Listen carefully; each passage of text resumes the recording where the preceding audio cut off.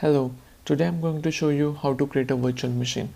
A virtual machine is an emulation of a computer system and is an important aspect of infrastructure as a service. That is, hardware is managed by Microsoft and we are responsible for the operating system and the applications running on top of it. Now let's get started. Search for the virtual machine from the top search bar, and here we would be selecting an add. Recently Microsoft has added a new feature which is to start with the preset configuration, but we want to look into more detail, hence we'll be selecting virtual machine. Here we want to create our virtual machine into a new resource group, hence we'll be creating a new resource group.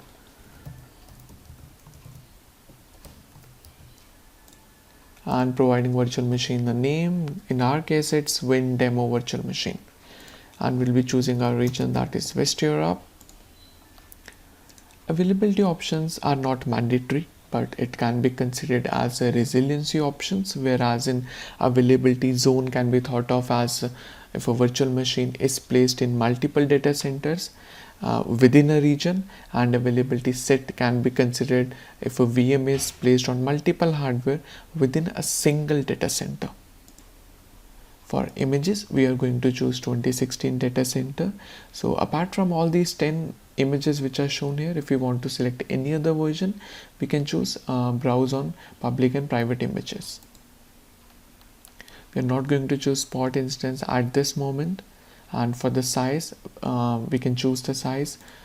There are 380 available sizes for this one. So we'll be selecting our case P1S. We have to provide here admin username and password.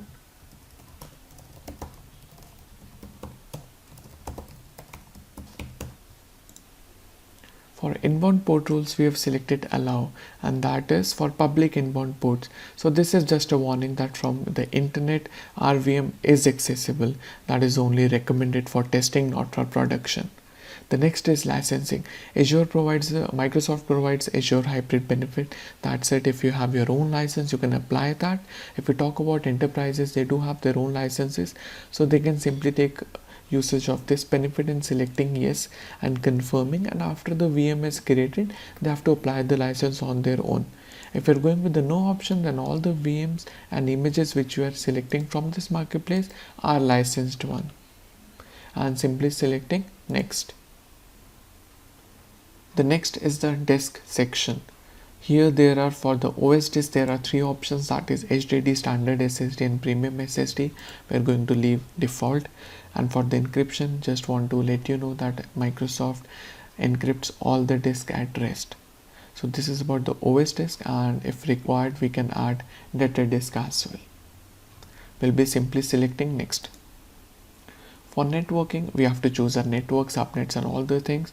So in our previous demo, we have created a VNet and we are going to choose that VNet, that is demo VNet. And our subnet is subnet 1. We do definitely want to create a public IP, hence we are choosing this option, otherwise we can select none.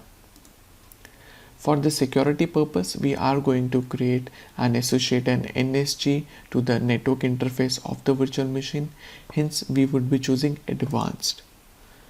By choosing advanced, it will configure a NSG for us and leaving all the options as is. Next is management tab.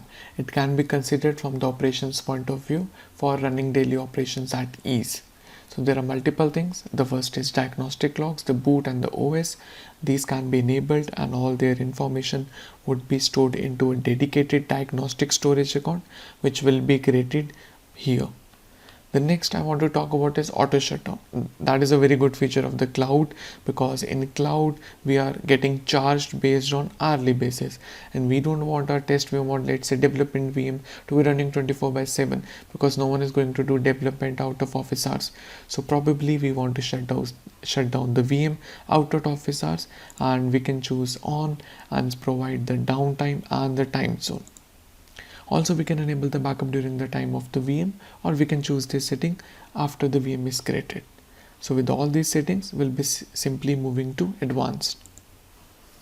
The next is the advanced tab, where we can configure some agent script and install some software while the VM is being provisioned. So extensions are considered as some software. Let's say if you want to deploy an antivirus, you can choose extension for the same. The custom data is like some script which you want to configure it. Let's say if we want to install an IIS server after the VM is provisioned, we can copy the code and paste it in the custom data, and the IIS would be installed for us after the VM is created. Also, there are multiple things like host proximity and the VM generation.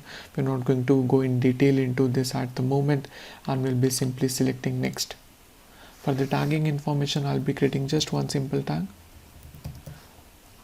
which is environment whose value is test, and selecting review and create.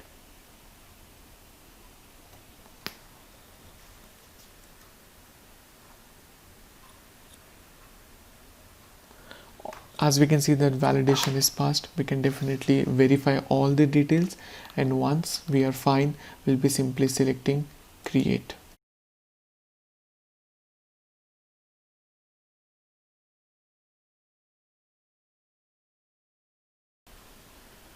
Great, so now our VM is created successfully. We'll be exploring some features. So we'll be selecting go to resource. As we can see, our VM has a public IP using which we can connect to the VM. We'll be doing that shortly, and VM definitely has received a private IP from the subnet we have selected. The important thing in our networking is NSG. We can see these are the NSG rule for inbound and these are for outbound. And there's a warning symbol which shows that from internet everything is allowed, which is not recommended definitely for security purpose, but we can simply edit this. If let's say we'll select this one, we'll be opening this, we can modify anything and then simply selecting save.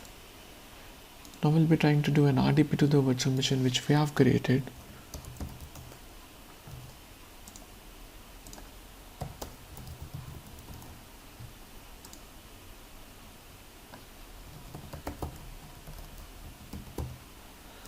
Set the password.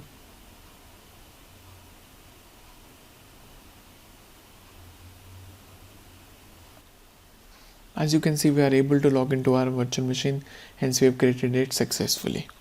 If you want to deploy the virtual machine using the Terraform, the link is provided in the resources section. I recommend you to try this. This is all from this lab. I hope you all like this video. Thank you.